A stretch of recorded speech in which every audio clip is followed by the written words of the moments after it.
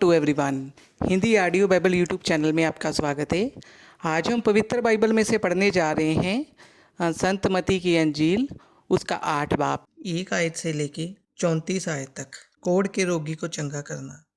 जब वह उस पहाड़ से उतरा तो एक बड़ी भीड़ उसके पीछे हो ली, और देखो, एक कोढ़ी ने पास आकर उसे प्रणाम किया और कहा, हे प्रभु, यदि तू चाहे तो मुझे शुद्ध कर सकता है। यीशु ने हाथ बढ़ाकर उसे छुआ और कहा, मैं चाहता हूँ कि तू शुद्ध हो जा। और वह तुरंत कोढ़ से शुद्ध हो गया। यीशु ने उसे कहा, देख, किसी से ना कहना, परंतु जाकर अपने आप को याजक को दिखा, और जो चढ़ावा मूसा ने ठहराया है उसे चढ़ा, ताकि लोगों के लिए गवाही हो। एक सूबेदार का विश्वास। जब वह कफरनहूम में आया तो एक सूबेदार ने उसके पास आकर उससे विनती की, हे प्रभु, मेरा सेवक घर में लकवा रोग से बहुत दुखी पड़ा है। उसने उससे कहा, मैं आकर उसे चंगा करूँगा। सूबेदार ने उत्तर दिया, हे प्रभु, मैं इस योग्य नहीं कि तू मेरी छत तले आए, परंतु केवल मुख से कह दे तो मेरा सेवक चंगा हो जाएगा, क्योंकि मैं भी पराधीन मनुष्य हूँ और सिपाही मेरे अधीन है। जब मैं एक से कहता हूँ जा तो वह जाता है, और दूसरे से आ तो वह आता है, और जब अपने दास से कहता हूँ ये कर तो वह करता है। ये स्वर यीशु का चंबा हुआ, और जो उसके पीछे आ रहे थे उनसे कहा, मैं तुमसे सच कहता हूँ कि मैंने इज़राइल में भी ऐसा विश्वास नहीं पाया। और मैं तुमसे कहता हूँ कि पूरब और पश्चिम से बहुत से लोग आकर अब्राहम और इसहाक और याकूब के साथ स्वर्ग के राज्य में बैठेंगे, परंतु राज्य के संतान बाहर अंधकार में डाल दिए जाएंगे। वहाँ रोना और दांतों का पीसना होगा। तब यीशु ने सूबेदार से कहा, जा, जैसा तेरा विश्वास है वैसा ही तेरे लिए हो। और उसका सेवक उसी घड़ी चंगा हो गया। अनेक रोगियों को चंगा करना। यीशु जब पतरस के घर आया तो उसने उसकी सांस को जवर से पड़ी देखा। उसने उसका हाथ छुआ और उसका जवर उतर गया, और वह उठकर उसकी सेवा करने लगी।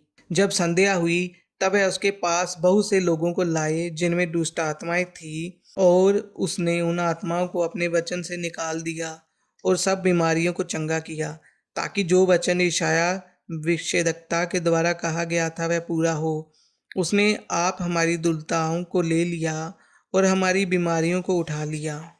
यीशु का शिष्य बनने का मूल्य।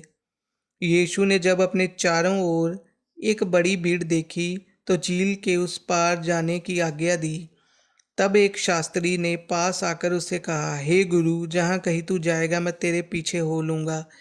यीशु ने उससे कहा, लोमड़ियों के भट्ट और आकाश के पंछियों के बसेरे होते हैं, परंतु मनुष्य के पुत्र के लिए सिर धरने की भी जगह नहीं। एक और चेले ने उससे कहा, हे प्रभु, मुझे पहले जाने दे कि मैं अपने पिता को गाड़ दूं। यीशु ने उससे कहा, तू मेरे पीछे हो ले और मुर्दों को अपने मुर्दे गाड़ने दे। तूफान को शांत करना। जब वह नाव पर चढ़ा तो उसके चेले उसके पीछे हो लिए, और देखो, झील में एक ऐसा बड़ा तूफान उठा कि नाव लहरों में से टकराने लगी, और वह सो रहा था। तब चेलों ने पास आकर उसे जगाया और कहा, हे प्रभु, हमें बचा, हम नष्ट हुए जाते हैं। उसने उनसे कहा, हे अल्पविश्वासियों, क्यों डरते हो?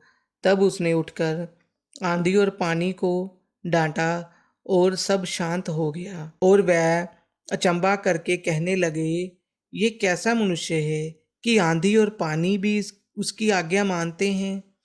दुष्ट आत्मा ग्रस्त मनुष्य को चंगा करना।